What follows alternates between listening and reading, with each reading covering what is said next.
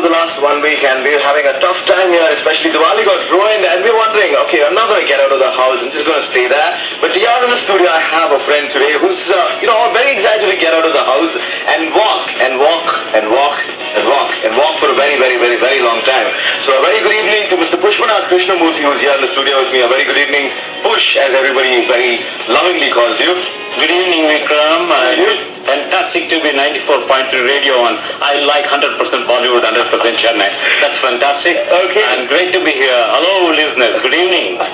Okay, so I heard about your walk and last week, in fact, on this same day, Friday, we were talking about your walk. Around this same time, in fact. Now, let me ask you, before we get to the walk itself, let me ask you about you.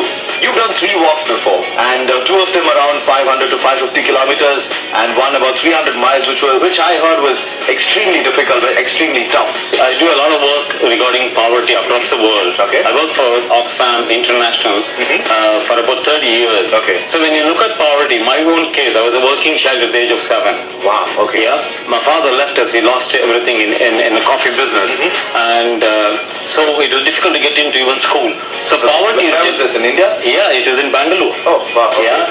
So poverty is generational, which means it takes a long time for you to get out. Yes. For education for me was quite difficult. Indeed, the principal gave me 5 rupees to get through school. Wow. Otherwise, I wouldn't have been through high school as well. Okay. On top of the struggles that they're going, resilient as they are, they've been hit by external forces, and climate change is one of the biggest one. It's the greatest threat for economies, civilization, and to regular, ordinary people who have not done anything to contribute to that. Okay. Yeah. I was in Uganda, where I met a group of grandmothers. They were looking after 150 children. Doesn't belong to them. The next generation all wiped out because of war and AIDS and so on. Oh my God. Okay. So that was quite something, At that time I felt, okay, I'm working for Oxfam, I'm doing all the campaigner as a global campaigner, but I have to do something personal.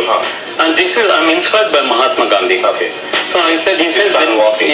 Actually I didn't even know the proper direction from Oxford to Copenhagen. Really.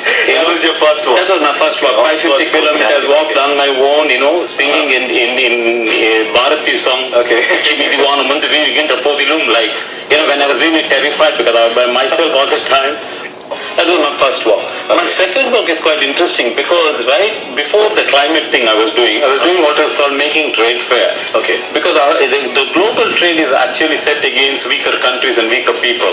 The rules are always, as in any case, done by the powerful people. To illustrate the story, $100 billion worth of this economy, how much does these people get? True. At that time, in 2002, the worst time they had the least coffee, the 5 largest companies made the most profit. Okay.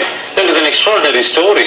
So I did the story and then we started to work with all stakeholders to bring them together so that they have some kind of code of conduct called coffee, other commodities, a code of conduct. It's called 4C. By the time I had come to Bangalore, I was doing a study on enterprise in Bangalore. I did a book called Made in Bangalore. Okay. Yeah. So I said, well, the thing I know to do is to walk. Okay.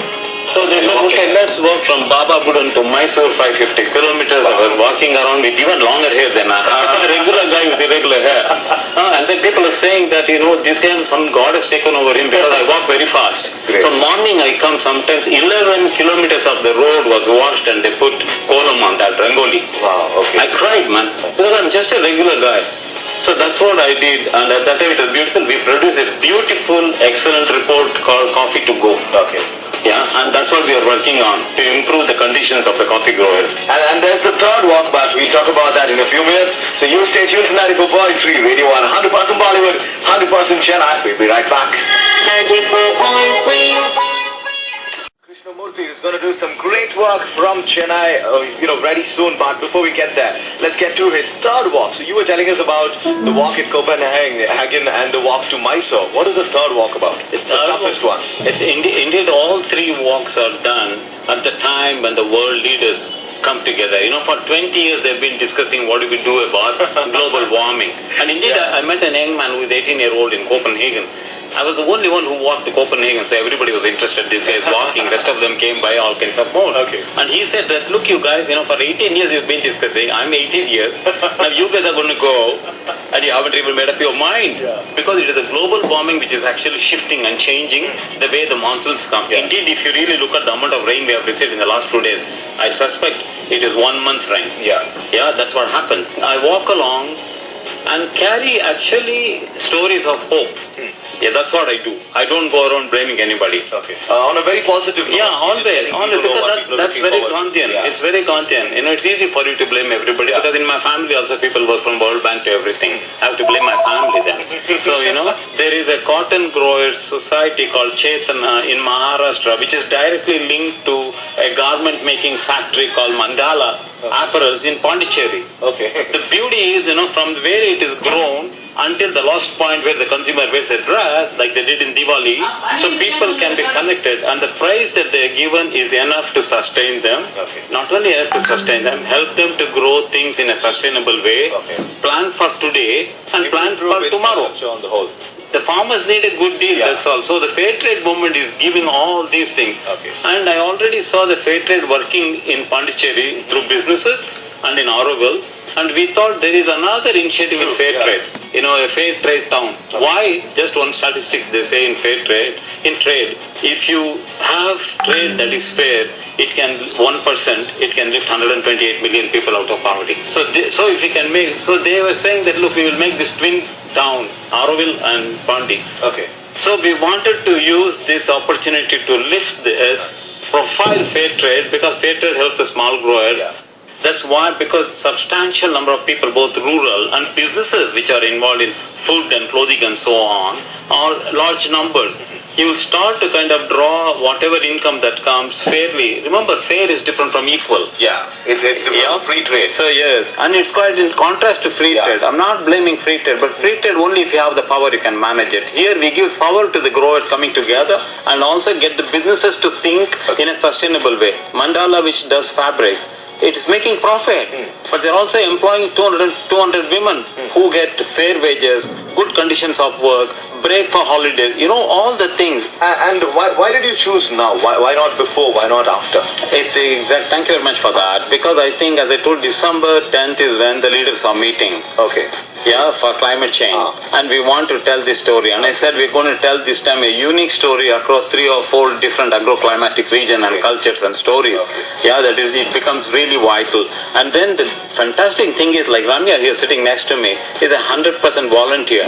There are lots of volunteers of different kind. She's doing just about everything from me, organizing my logistics, Except the walk.